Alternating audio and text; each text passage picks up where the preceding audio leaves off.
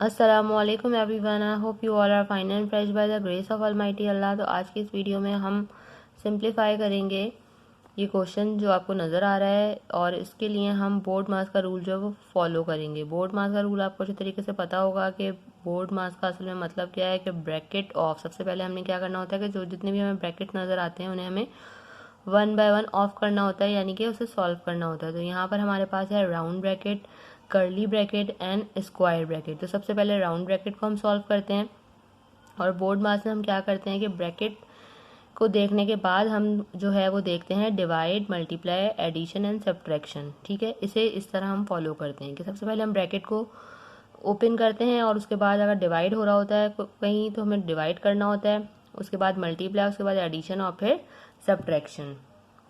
तो यहाँ पर हमारे पास जो ब्रैकेट हमें नज़र आ रहा है, सबसे पहले हम ये जो ब्रैकेट नज़र आ रहा है राउंड ब्रैकेट, इसे सॉल्व करना है। तो हम क्या करेंगे, तो बाकी हमारे पास जो क्वेश्चन है उसको हम एज इट इज़ कॉपी कर लेंगे। पहले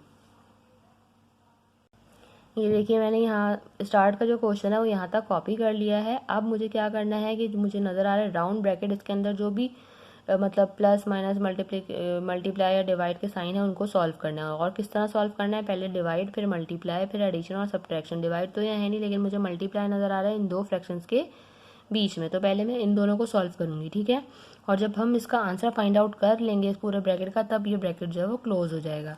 तो अब हम क्या करेंगे,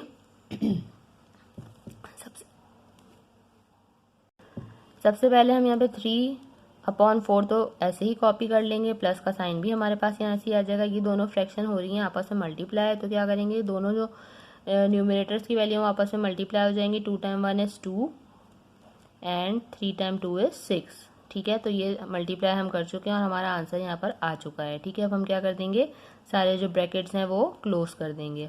अब हमें क्या करना है, पूरा जो क्वेश्चन है हमारा यहाँ तक हमें ऐसे ही कॉपी करना है, और उसके बाद हमें ये जो दो फ्रैक्शन नज़र आ रही हैं जिसके बीच में प्लस का साइन है, इसे सॉल्व करना है।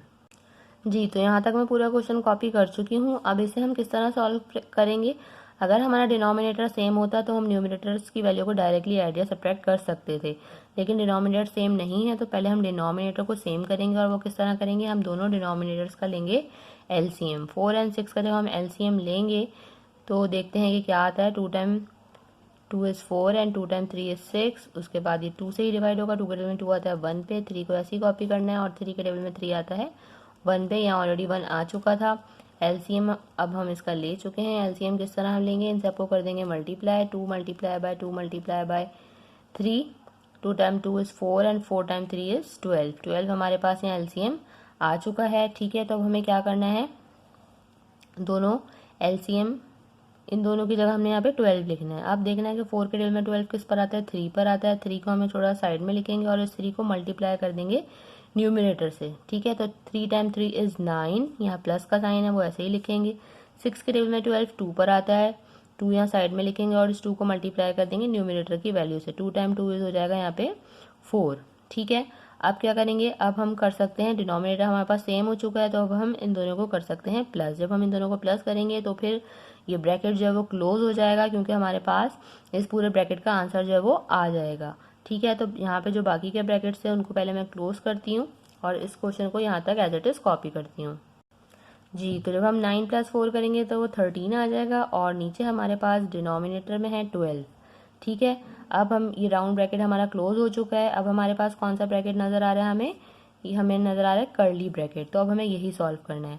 वो हम किस तरह सॉल्व करेंगे, हम देखेंगे कि क्या हमारे पास यहाँ मल्टीप्लिकेशन का साइन है।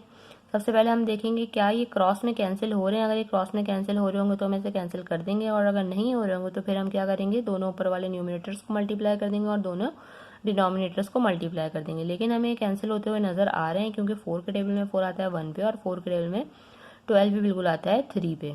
ठीक है, और ये 13 भी हमें कैंसिल होता हुआ नज़र आ रहा है, क्योंकि 13 के टेबल में 13 आता है 1 पे, और 13 के टेबल में 39 आता है 3 पे। ठीक है, ये दोनों जो है कैंसिल हो चुके हैं।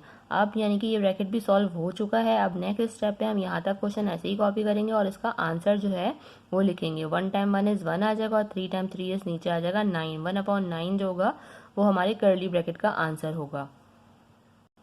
जी, तो कर्ली ब्रैकेट का भी आंसर आ चुका है हमारे पास, और कर्ली ब्रैकेट भी अब क्लोज हो चुका है। अब हमें जो लास्ट ब्रैकेट नज़र आ रहा है स्क्वायर ब्रैकेट, वो सॉल्व करना है। वो किस तरह सॉल्व करेंगे, 5/3 + 1/9 9, ठीक है। प्लस का साइन जब होता है दो फ्रैक्शंस के दरमियान में, तो हम सबसे पहले देखते हैं कि क्या दोनों के डिनोमिनेटर सेम है। अगर दोनों के डिनोमिनेटर सेम होते हैं तो दोनों के न्यूमिनेटर्स को हम डायरेक्टली ऐड कर सकते हैं, लेकिन यहाँ सेम नहीं है, तो इनको सेम करने के लिए क्या करेंगे, हम लेंगे एलसीएम 3 और 9 का। दोनों 3 के टेबल से डिवाइड होंगे। 3 के टेबल में 3 आता है 1 पे और 9 आता है 3 पे।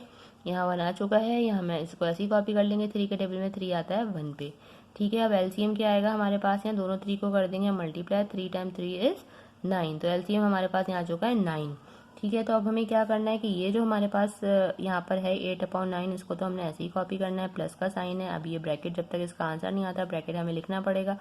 यहाँ आ चुका है हमारे पास एलसीएम का आंसर 9, ठीक है। अब हमें देखना है 3 के टेबल में 9 कौन से नंबर पर आता है, 3 पर आता है, तो 3 हम यहाँ साइड में लिखेंगे और इस 3 को मल्टीप्लाई कर देंगे न्यूमिनेटर की वैल्यू से, जो कि है 5। 3 टाइम 5 हो जाएगा हमारे पास 15, यहाँ आ जाएगा प्लस 9 के टेबल में 9 आता है 1 पे, इस 1 को मल्टीप्लाई कर देंगे हम न्यूमिनेटर की वैल्यू से, तो 1 टाइम 1 इज 1, ठीक है। अब ये हो चुका है हमारे पास 15 प्लस 1, दोनों का डिनोमिनेटर सेम है, इसलिए हम इन दोनों को ऐड कर लेंगे, तो हमारे पास स्क्वायर ब्रैकेट का भी आंसर जो है वो आ जाएगा।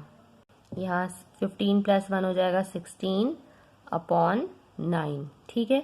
अब देखिए, अब हमारे पास ये ब्रैकेट भी क्लोज हो गया। अब सिर्फ और सिर्फ दो फ्रैक्शंस हैं और दोनों का डिनोमिनेटर हमें यहाँ सेम नज़र आ रहा है, तो फिर हमें क्या करना है, हमें एलसीएम लेने की ज़रूरत नहीं है। हम दोनों वैल्यूज़ को, दोनों न्यूमिनेटर्स को डायरेक्टली ऐड कर सकते हैं। तो 8 प्लस 16 करेंगे तो वो हो जाएगा 24, ठीक है। और 9 को यहाँ हमें ऐसे ही कॉपी कर लेना जो डिनोमिनेटर की वैल्यू है।